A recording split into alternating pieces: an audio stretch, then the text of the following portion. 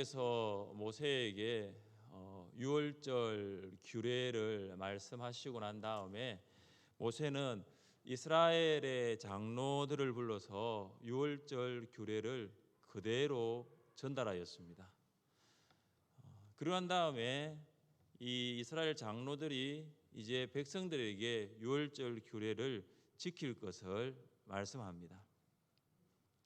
이 흐름이 매우 자연스럽습니다. 하나님께서 모세에게 또 모세에게 전달된 것이 이스라엘의 장로들과 백성들에게 전해진 것입니다. 이런 공동체가 되는 공동체입니다. 본당 리모델링을 하고 우리 하나름 나눔 사회적 협동조합을 둘러보신 어떤 목사님께서 저에게 이런 말씀을 하셨습니다. 목사님, 되는 교회는 다르네요. 그러더라고요. 코로나 가운데서도 되는 교회가 있다는 것입니다. 그 교회가 우리 교회입니다. 많은 교회들이 코로나 전과 비교하면 출석률이 60%에서 70%입니다. 코로나 전과 비교하면 지금 한 70%가 예배에 나오고 있다는 거예요. 그러나 우리 교회는 지난 주일 오전 예배와 주일학교 출석을 보면 90% 회복이 되었습니다. 이것은 하나님의 마음이 당회원들과 또 중직자들과 목자들에게 전달되고 그 마음이 또 성도들과 목원들에게 전달되었다는 것이죠. 오늘 있었던 제3회 하늘샘 MIP 전체 기도회도 마찬가지였습니다. 코로나 가운데 자녀를 위해서 기도하라는 마음이 어머니들에게 전달이 되고 어머니들께서 그 마음을 함께 공유해 주셨기 때문입니다. 그래서 우리 교회는 어떤 교회입니까? 되는 교회라니까요. 앞으로 우리 교회는 잘 될 것입니다. 더 잘 될 것입니다. 여러 가지가 있는데 한 가지가 뭐냐면 하나님 말씀이 선포되고 하나님 말씀이 전달될 때에 그 말씀을 받아서 순종하는 여러분이 계시기 때문에 우리 교회는 잘 되고 더 잘 될 줄 믿으시기를 바랍니다. 이스라엘 백성들은 유월절을 지키기 위하여 어떻게 해야 합니까? 먼저 이스라엘 자손은 가족대로 어린 양을 택하여 유월절 양으로 잡아야 합니다. 가족대로라 함은 유월절은 가족이 지키는 절기라는 것입니다. 우리는 유월절이라고 하면은 이스라엘 백성 전체가 한 장소에 모여가지고 유월절 절기는 지키는 것으로 생각할 수가 있습니다. 마을을 대표하는 사람들이 유월절 절기를 준비하기 위해서 양을 잡고 그 외 사람들이 한 장소에 모여서 자 우리 유월절 지킵시다 이렇게 생각할 수가 있습니다. 그러나 유월절은 철저하게 가족대로였습니다. 가족 단위였습니다. 이것은 하나님께서 얼마나 가족을 귀하게 보시는가를 알 수 있습니다. 하나님께서는 가족을 귀하게 보십니다. 하나님께서 가족 공동체를 만드신 분이시기 때문입니다. 세상의 회사, 정부, 심지어 교회가 생기기 전에 먼저 있었던 것이 가족 공동체였습니다. 아담이 혼자 사는 것이 좋지 않게 생각하신 하나님께서 아담을 위하여 돕는 배필을 지으셨습니다. 가족을 만드신 분이 하나님이십니다. 하나님은 가족을 사랑하십니다. 하나님께서 여러분의 배우자를 만나게 하시고 여러분을 통하여 자녀를 주셨습니다. 배우자와 자녀를 허락하신 분이 하나님이십니다. 사랑하는 여러분, 하나님께서 만드신 가족을 귀하게 여기십시오. 하나님의 마음으로 가족을 바라보십시오. 하나님께서 여러분의 가족을 얼마나 사랑하는지를 아십시오. 부부는 하나님의 사랑으로 뜨겁게 사랑하시고 부모와 자녀는 하나님의 사랑으로 양육하고 순종하십시오. 우리 함께 말씀을 읽어보겠습니다. 마른 떡 한 조각만 있고도 화목하는 것이 제육이 집에 가득하고도 다투는 것보다 나으니라. 아멘. 세상 사람들의 관점에서 보면 마른 떡 한 조각으로 화목할 수 있을까요? 불가능할 수 있습니다. 고기가 가득해야지 행복하다고 말할 수 있습니다. 그러나 하나님의 사랑이 있는 가족은 마른 떡 한 조각만으로도 감사할 수 있습니다. 떡 한 조각만으로도 행복할 수 있습니다. 왜냐하면 그곳에, 그 가정에 하나님의 사랑이 있기 때문입니다. 하나님의 사랑이 여러분의 가족 공동체 안에 가득하기를 축복합니다. 하나님의 사랑 안에서 부부가 뜨겁게 사랑하고, 하나님의 사랑으로 부모는 자녀를 위해서 축복하며 기도하고, 자녀는 부모의 말씀에 순종할 수 있기를 바랍니다. 유월절을 지키는 가족은 1년 된 순양을 잡습니다. 이름하여 1가족 1양입니다. 한 가족에 양 한 마리라는 거예요. 1년 된 순양을 먹는 데 필요한 인원은 최소 10명의 식구였다고 합니다. 이것은 하나님께서 한 가족의 식구를 10명으로 보셨다라는 것입니다.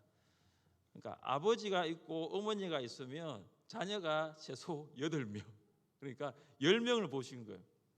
하나님께서 1가족 1양을 말씀하신 것은 당시 1가족 10명의 식구가 보편적이었다는 것을 볼 수 있습니다.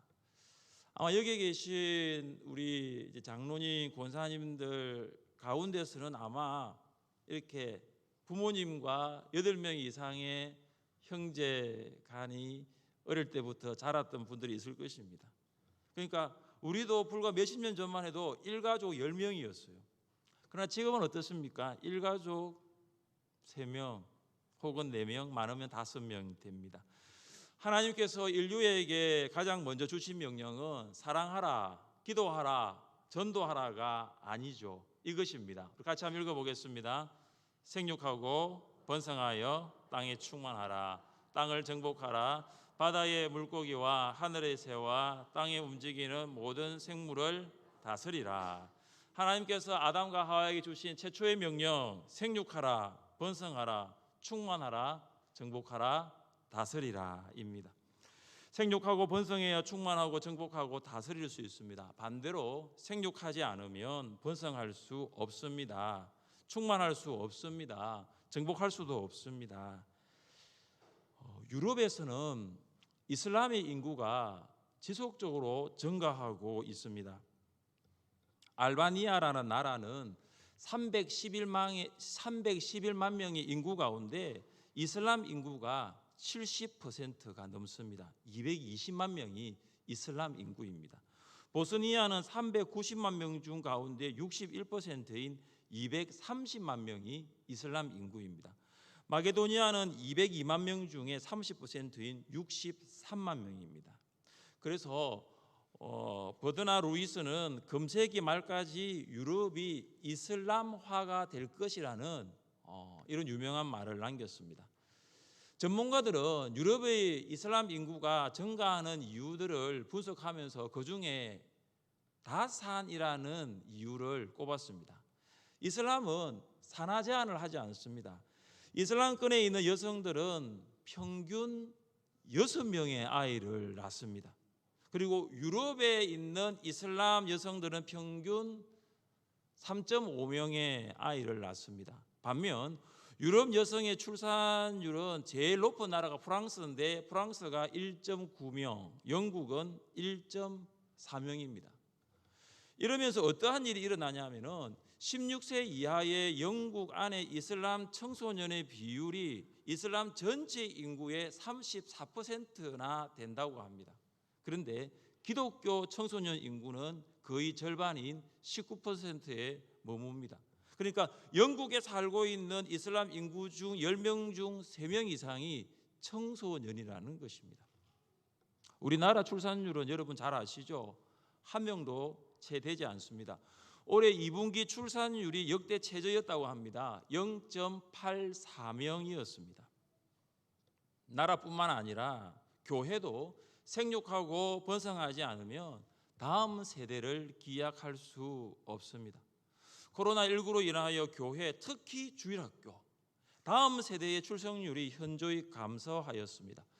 주일학교의 문제가 아닙니다. 교회의 미래가 달려있는 중차대한 문제입니다. 우리 교회 주일학교를 위해서 기도해 주시고 관심을 가져다 주시기를 바랍니다. 그리고 여기 계신 우리 주일학교 선생님들, 내년에도 그 자리를 지켜주시기를 바랍니다.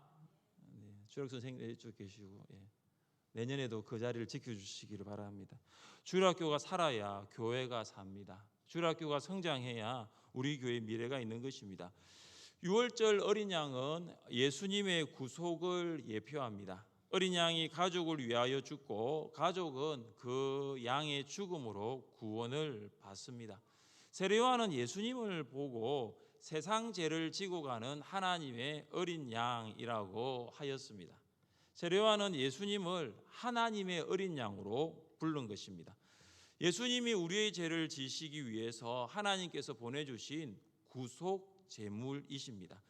예수님은 우리의 죄를 위하여 죽으셨고 우리는 예수님의 피로 구원을 받았음을 믿습니다.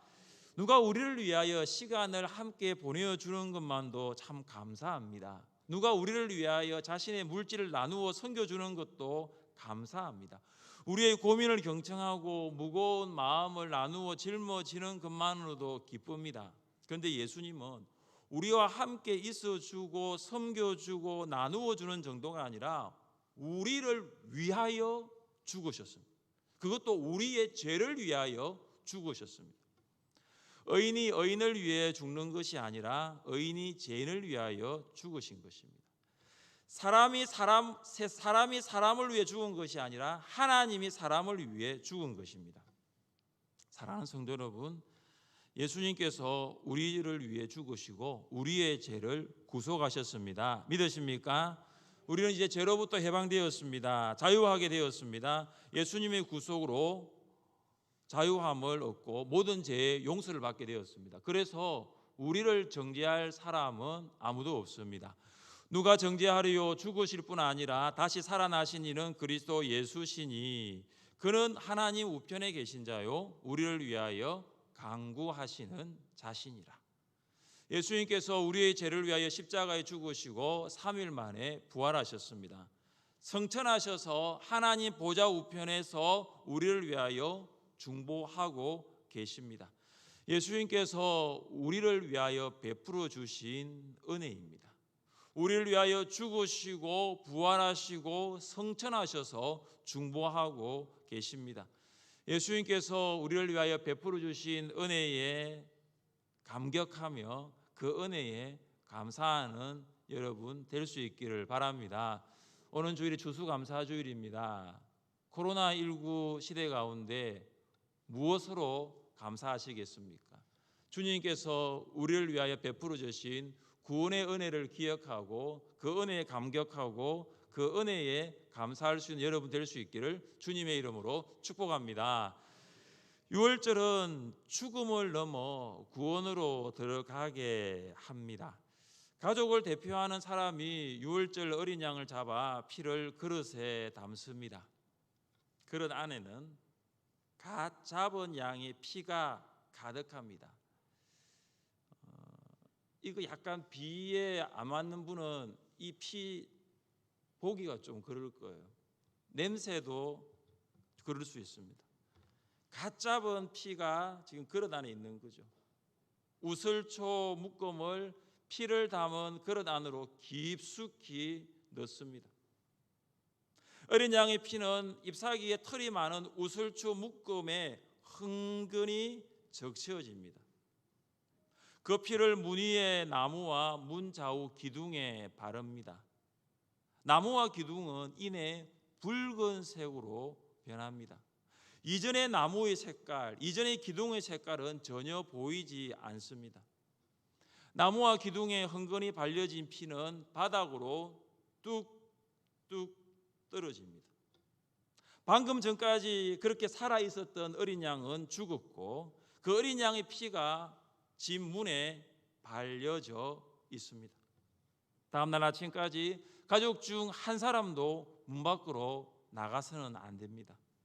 어린 양의 피로 적셔진 문 하나를 사이에 두고 죽음과 생명이 교차하고 있습니다. 우리 함께 23절 말씀을 읽겠습니다. 여호와께서 애굽 사람들에게 재앙을 내리려고 지나가실 때에 문 임방과 좌우 문설주의 피를 보시면 여호와께서 그 문을 넘으시고 멸하는 자에게 너희 집에 들어가서 너희를 치지 못하게 하실 것임이니라. 아멘. 하나님께서는 애굽 사람들에게 마지막 10번째 장자의 죽음 재앙을 내리십니다. 애굽 바로의 장자로부터 종의 장자까지, 그리고 가축에 처음 난 모든 것을 죽게 될 것입니다. 그들이 죽는 이유가 무엇입니까? 어린 양의 피가 문에 발려져 있지 않기 때문에. 하나님께서 어린 양이 피가 없는 집은 심판하시고 어린 양이 피가 있는 집은 넘어가십니다.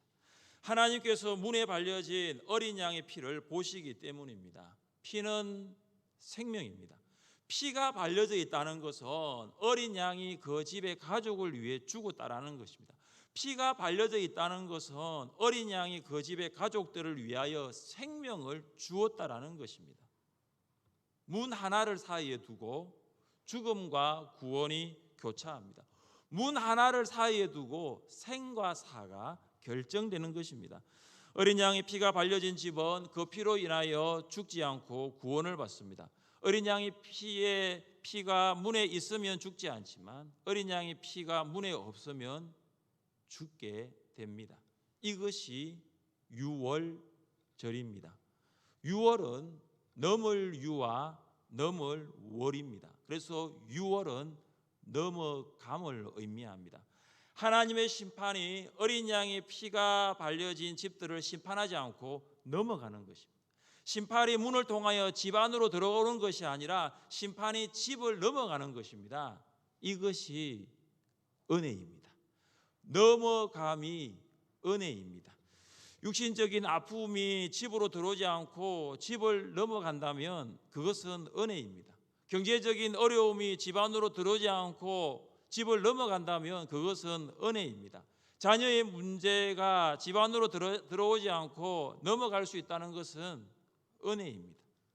예수 그리스도의 보혈이 없으면 아픔과 어려움이 임할 수밖에 없습니다. 여러 가지 문제로 잠을 이루지 못하면서 염려와 걱정으로 살아갈 수밖에 없습니다. 그런데 예수 그리스도의 피를 믿는 가정은 그 아픔과 어려움이 넘어가는 거예요. 문제가 넘어가는 거죠. 왜냐하면 우리의 힘과 우리의 능력으로는 아픔과 어려움과 문제를 해결할 수 없기 때문입니다. 예수 그리스도께서 그 모든 것을 맡아 주셨습니다. 대신 져 주셨습니다. 대신 감당해 주셨습니다.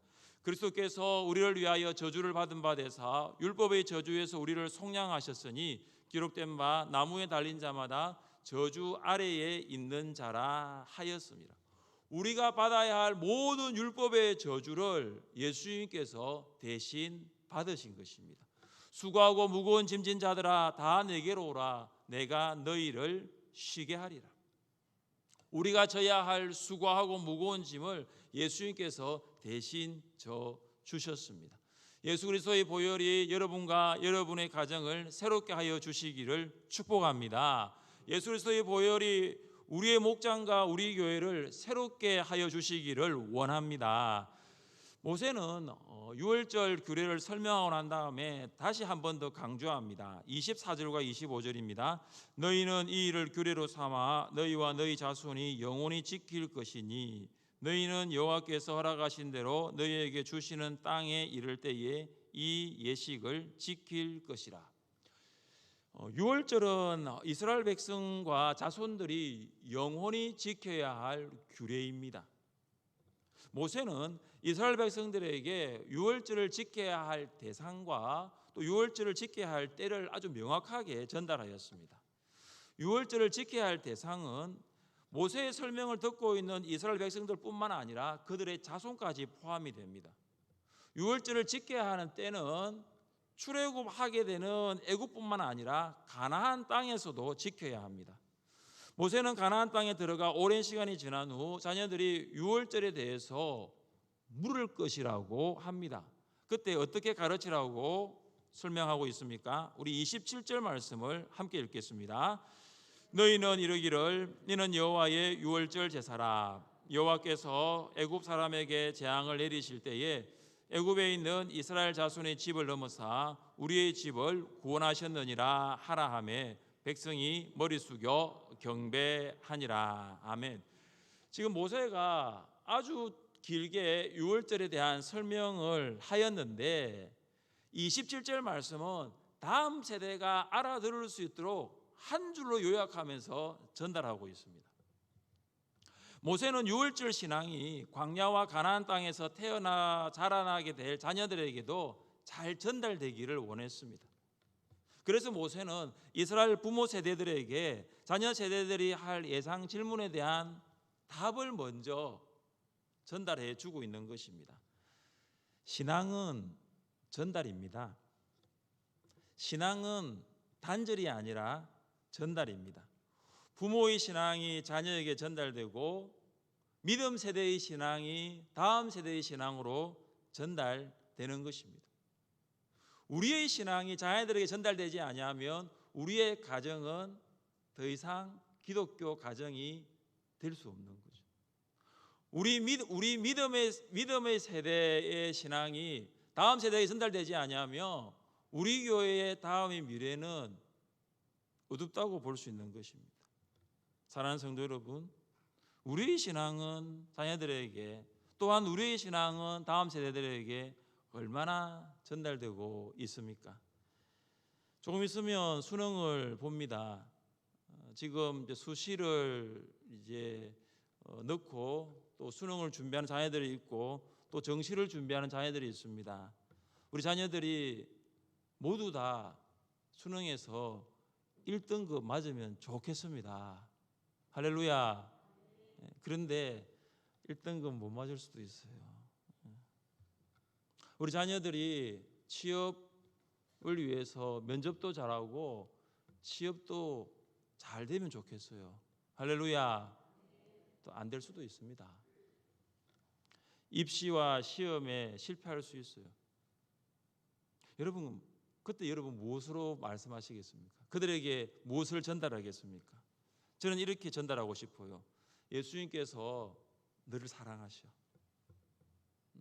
너 시험 좀 못 쳤는데 취업이 어려운데 예수님 너 사랑하셔.